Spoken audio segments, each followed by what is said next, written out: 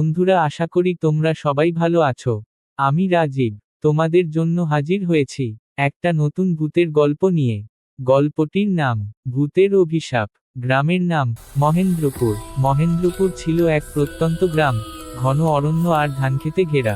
দিনের বেলা শান্ত সৌম্য মনে হলেও রাত নামলেই এই গ্রামে এক ভয়ানক আতঙ্ক নেমে আসত। গ্রামের প্রবীণরা বলতো, এক কালো ছায়া ঘোরাফেরা করে রাতের বেলা।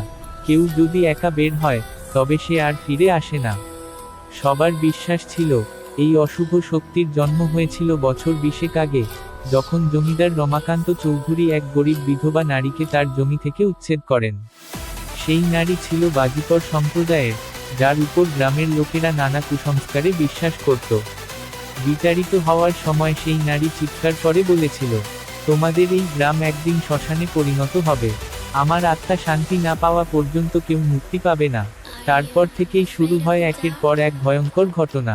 প্রথমে জমিদারের ছোট ছেলে গভীর রাতে নিখোঁজ হয়ে যায়, পরে তার মৃতদেহ মেলে এক কুয়োর তলায়। তার চোখ দুটো কোটরের বাইরে বেরিয়ে এসেছিল, আর মুখ ভর্তি ছিল কালো ছাঁচ। এরপর একে একে আরও কয়েকজন রহস্যজনকভাবে উধাও হয়ে যায়। একদিন গ্রামের দুই যুবক, সুরেশ আর হরিহর, নির্ভীকভাবে চ্যালেঞ্জ নিয়ে ঠিক করে, তারা সেই কালো ছায়ার রহস্য উদ্ঘাটন করবে। রাত 12টার সময় হাতে মশাল নিয়ে তারা বেরিয়ে পড়ে পুরনো কুয়োর দিকে।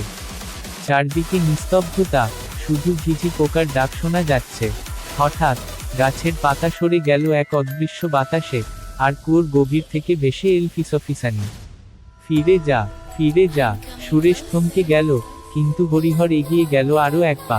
হঠাৎ কুয়োর পানি অশুভভাবে নড়েচড়ে উঠল, আর এক শ্বেতশুভ্র হাত উঠে এলো তার ভেতর থেকে।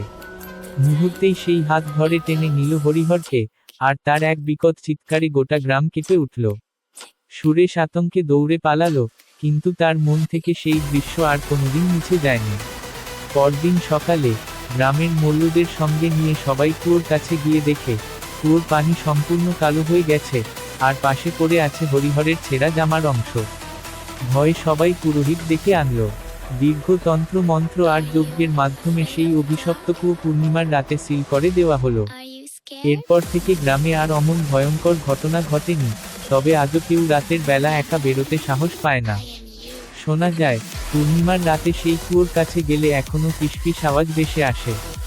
আমি এখনো এখানে আছি, আমি এখনো এখানে আছি, আর এখানেই থাকবো।